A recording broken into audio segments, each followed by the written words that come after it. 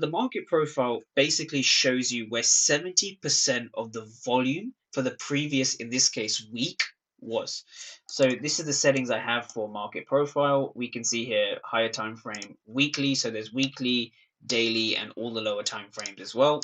We can see something called the POC, right? So I'm just going to untick that. So you can only see this volume profile here. So this was now Monday, the 8th, Tuesday, Wednesday, Thursday, and Friday, right? All the way to the following Monday. So this was the week 8th to the 12th, right? And so what this shows you here is the volume profile. So the volume profile is again the top 70% of that week's volume, right? Where were 70% of the transactions?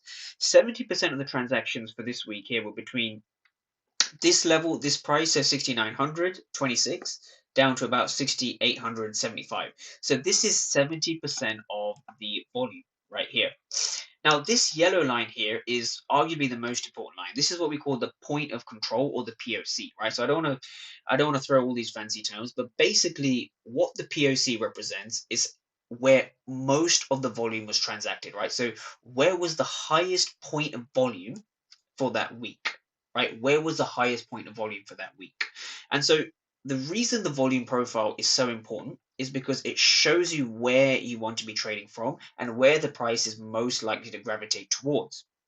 So just taking that logical extension over to the next day. So what we can see here is here. So this is now Monday the 15th. And so we can see obviously the week has started again. So if we just take a look at where the previous week's POC was, so that was 69.26, this red line over here. This was the previous week's POC. Now, if we just take a look at how Monday's price action actually behaved before I break down the trade, this is basically how it works, right? So the market tested the previous week's point of control almost to the T. Now, it doesn't always work out like this, but using the volume profiles gives you a massive edge on where the markets are going to, or where the markets are likely to react from. Just a quick tip so you can kind of take that to your advantage.